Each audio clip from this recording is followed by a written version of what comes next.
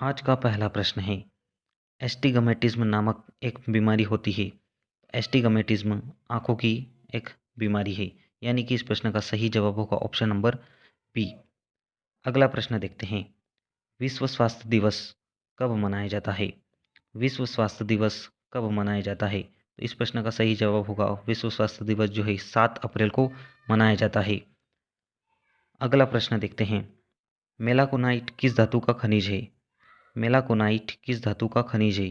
तो इस प्रश्न का सही जवाब होगा ऑप्शन नंबर ए, तांबा का। यानी कि इस प्रश्न का सही जवाब होगा ऑप्शन नंबर ए।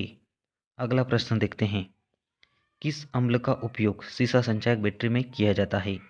किस अम्ल का उपयोग सीसा संचायक बैटरी में किया जाता है? तो इस प्रश्न का सही जवाब होगा ऑप्शन नंबर ए, सल्फ्यूरिक अम्ल का। अगला प्रश्न देखते हैं, मनुष्य के शरीर में कितना लीटर रुधिर होता है? तो मनुष्य के शरीर में जो है 5 से 6 लीटर रुधिर होता है, यानी कि इस प्रश्न का सही जवाब होगा ऑप्शन नंबर सी। अगला प्रश्न देखते हैं, विद्युत धारा का चुंबकीय प्रभाव सर्वप्रथम अवलोकित किया गया। विद्युत धारा का चुंबकीय प्रभाव जो था वह सर्वप्रथम किसने अवलोकित किया था? तो इस प्रश्न का सही जवाब होगा ऑप्शन नंबर बी, ऑस्टेट द्वारा। अगला प्रश्न देखते हैं, न्यूरॉन इकाई है।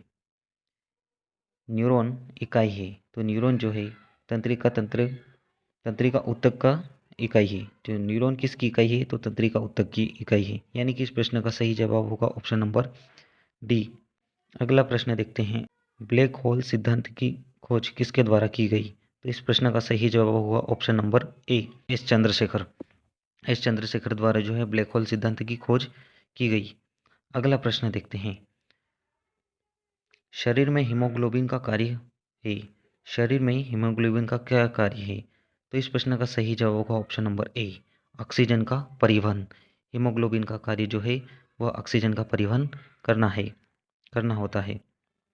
अगला प्रश्न है, रेडियोधर्मी तत्व जिसका भारत में विशाल भंडार पाया जाता है। रेडियोधर्मी तत्व जिसका विशाल भंडार भारत में पाया जाता है, तो इसका सही जवाब होगा option number B, thorium. Thorium का विशाल भंडार जो है भारत में बहुत अधिक पाया जाता है। अगला प्रश्न देखते हैं, किसी मानव आँख की रेटिना पर बना प्रतिबिंब कैसा होता है?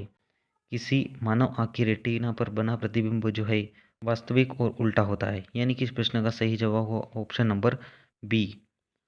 अगला प्रश्न देखते हैं, फोटोग्राफी में उपयोग किया गया प्रकाश संवेदी यौगिक है। फोटोग्राफी में किसका उपयोग किया जाता है? तो इस प्रश्न का सही जवाब होगा option number C, silver bromide का। सिल्वर ब्रोमाइड का उपयोग जो है फोटोग्राफी में किया जाता है। अगला प्रश्न देखते हैं, हमारे भोजन में संरक्षात्मक खाद्य पदार्थ कौन से होते हैं? तो इस प्रश्न का जो सही जवाब होगा वो ऑप्शन नंबर सी, विटामिन और खनिज। अगला प्रश्न देखते हैं, 1 ग्राम वाले पदार्थ का तापमान 1 डिग्री सेल्सियस बदलने के लिए आवश्यक ऊष्मा की मात्रा को क्या कहा जाता है? तो इस प्रश्न का सही जवाब होगा विशिष्ट ऊष्मा, यानी कि इस प्रश्न का सही जवाब होगा ऑप्शन नंबर ए। अगला प्रश्न देखते हैं, पीतल किसका मिश्रण होता है? पीतल किसका मिश्रण होता है? तो पीतल जो है तांबा और जस्ता का मिश्रण होता है, यानी कि इस प्रश्न का सही जवाब होगा ऑप्शन नंबर सी। अगला प्रश्न देखते हैं, टाका किसका मिश्रण होता है? टाका जिसे सोल्डर भी कहा जाता है, किसका मिश्रण होता है? तो ये शीशा और टीन का मिश्रण होता है, यानी कि इस प्रश्न का सही जवाब होगा ऑप्शन नंबर डी। अगला प्रश्न देखते हैं, सोडा वाटर बनाने के लिए कौन सी गैस प्रयुक्त की जाती है? तो सोडा वाटर बनाने के लिए जो है CO2 गैस का उपयोग किया जाता है, यानी कि इस प्रश्न का सही जवाब होगा ऑप्शन नंबर सी। अगला प्रश्न देखते हैं, वह उपकरण जो विद्युत ऊर्जा को यांत्रिक ऊर्जा में बदलता है क्या कहलाता है? तो विद्युत ऊर्जा को यांत्रिक ऊर्जा में बदलने वाला यंत्र जो है वह विद्युत मोटर कहलाता है, यानी कि इस प्रश्न का सही जवाब होगा ऑप्शन नंबर बी। अगला प्रश्न देखते हैं, गतिज ऊर्जा का अभिव्यंजक क्या है? मतलब गतिज ऊर्जा का जो सूत्र है वो क्या है? ऑप्शन नंबर डी, 1/2 mv², यानी कि इस प्रश्न का सही जवाब होगा ऑप्शन नंबर डी। अगला प्रश्न देखते हैं, प्रतिध्वनि जो है किस कारण से सुनाई देती है? प्रतिध्वनि किस कारण सुनाई देती है? तो इसका सही जवाब होगा ऑप्शन नंबर ए, ध्वनि तरंगों का परिवर्तन, यानी कि इस प्रश्न का सही जवाब होगा ऑप्शन नंबर ए। अगला प्रश्न देखते हैं। पानी से भरे एक बर्तन में बर्फ का टुकड़ा तैर रहा है, तो पूरी बर्फ के पिघलने पर बर्फ का जल स्तर कैसा होगा? तो इसका सही जवाब होगा अपरिवर्तित रहेगा, यानी कि इस प्रश्न का सही जवाब होगा ऑप्शन नंबर सी। अगला प्रश्न देखते हैं। दो समांतर दर्पणों के बीच धातु के एक गोले को रखा जाता है या फिर किसी भी वस्तु को रखा जाता है, तो इससे बनी प्रतिबिंब की संख्या कितनी होगी? तो इसका सही जवाब होगा असंख्य, यानी कि अनंत। अगला प्रश्न देखते हैं। सार्स नामक एक बीमारी है। सार्स नामक जो है एक बीमारी है, इसमें ए का मतलब पूछा गया है। ए का किसको निरूपित करता है? तो इसका सही जवाब होगा option number D, acute. SARS बीमारी में अक्षर ए निरूपित करता है तो एक्यूट को निरूपित करता है, यानी कि इस प्रश्न का सही जवाब होगा ऑप्शन नंबर डी। अगला प्रश्न है। डिप्थीरिया बीमारी प्रभावित करती है।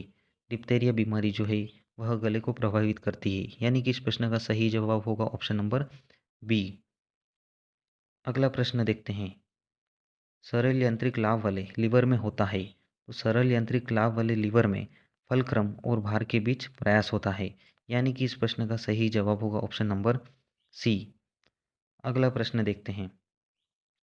जब लिफ्ट ऊपर की ओर जाती है तो आदमी का भार वास्तविक भार से कम होता है, क्यों होता है उसका भार वास्तविक भार से? क्योंकि उसकी चाल ऊपर की ओर समरूप होती है, यानी कि इस प्रश्न का सही जवाब होगा ऑप्शन नंबर सी। अगला प्रश्न देखते हैं। निम्न में से किस रंग का तरंग दैर्ध्य सबसे अधिक होता है?